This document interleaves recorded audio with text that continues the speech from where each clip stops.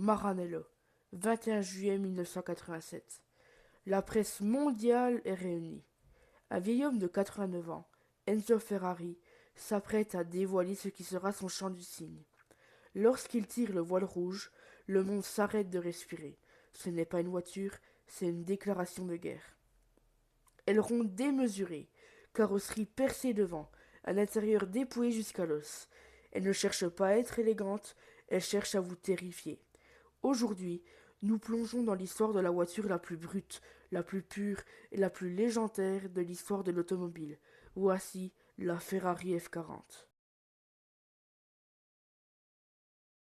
Pour comprendre la F40, il faut comprendre l'insulte que Ferrari a subie quelques mois plus tôt.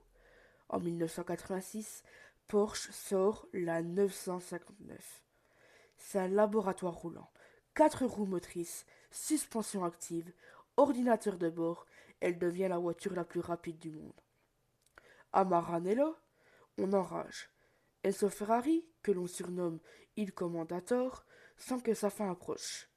Il veut une dernière victoire. Il appelle son ingénieur en chef, Nicolas Materazzi, et lui donne une consigne simple mais brutale.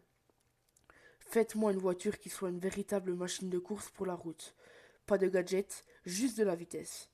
Le projet est développé en un temps record. Seulement 13 mois. La base est celle de la 288 GTO Evolution, une bête de groupe B qui n'a jamais pu courir suite à l'interdiction de la catégorie.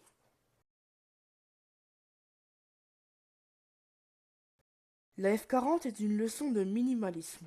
Son châssis est un treillis tubulaire en acier, mais la carrosserie est révolutionnaire pour l'époque. Un mélange de Kevlar, de fibres de carbone et d'aluminium. Poids 1100 kg. C'est le poids d'une citadine moderne, mais avec la puissance d'un missile. Moteur un V8 de 2,9 litres gavé par deux turbos IHI.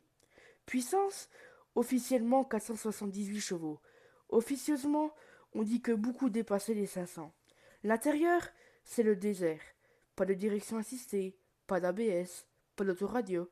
Les vitres sont en polycarbonate qui est du plastique. Et pour ouvrir la porte, il faut tirer sur un simple câble métallique. Pourquoi? Parce que chaque gramme est l'ennemi de la vitesse. Conduire une F40, c'est comme essayer de chevaucher un éclair. À bas régime, elle est presque docile. Mais quand les turbos se réveillent à 4000 tours minute, c'est une explosion. Le turbolag est légendaire. Vous accélérez, il ne se passe rien pendant une seconde, et soudain, vous êtes projeté dans le décor. Elle fut la première voiture de série à franchir la barre mythique des 324 km/h. À cette vitesse, le bruit dans l'habitacle est assourdissant. Vous sentez chaque gravillon sur la route à travers le siège en Nomex rouge. C'est une expérience sensorielle totale. Elle ne pardonne rien. Si vous faites une erreur, il n'y a aucune électronique pour vous sauver. C'est vous et elle.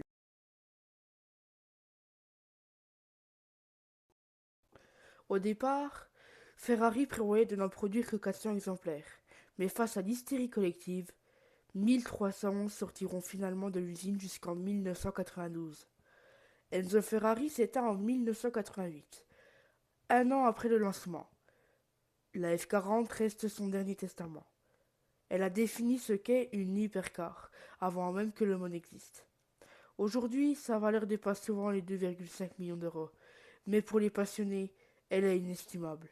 Elle représente une époque où les ingénieurs dictaient la loi, pas les services marketing ou les normes écologiques.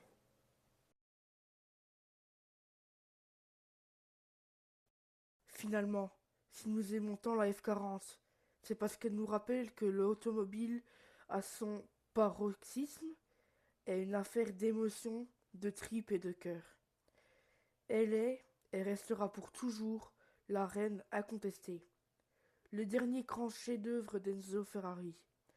Une voiture, une voiture qui ne sera jamais remplacée, car aucune autre n'osera plus jamais être aussi brute, aussi terrifiante et aussi belle.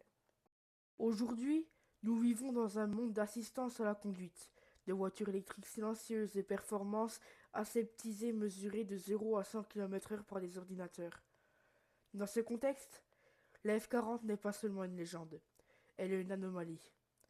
Un vestige d'un temps où l'ingénierie était de l'art, et où la vitesse était une quête presque spirituelle. Elle est le dernier chapitre d'une époque dorée, le dernier témoin direct du génie d'un homme qui a dédié sa vie à la vitesse. Pourquoi, 40 ans plus tard, la F-40 reste-t-elle le poster préféré dans la chambre de millions d'enfants et d'adultes? Parce qu'elle est honnête. Elle ne cherche pas à être confortable ou luxueuse. Elle n'a qu'une seule mission: vous faire ressentir la vie à 300 km/h. La F-40 n'est pas seulement une voiture. C'est la preuve qu'avec un peu de carbone, de turbo et la volonté d'un vieil homme, on peut toucher à l'immortalité. Et voilà, notre voyage avec la légendaire F-40 prend fin. Et vous, si vous aviez la chance d'en conduire une, quel serait votre premier réflexe? L'admirer en silence ou faire rugir son V8 biturbo? Dites-le moi en commentaire. Si cette plongée dans l'histoire vous a plu, n'oubliez pas de liker et de vous abonner pour manquer aucune de nos prochaines explorations automobiles. Salut!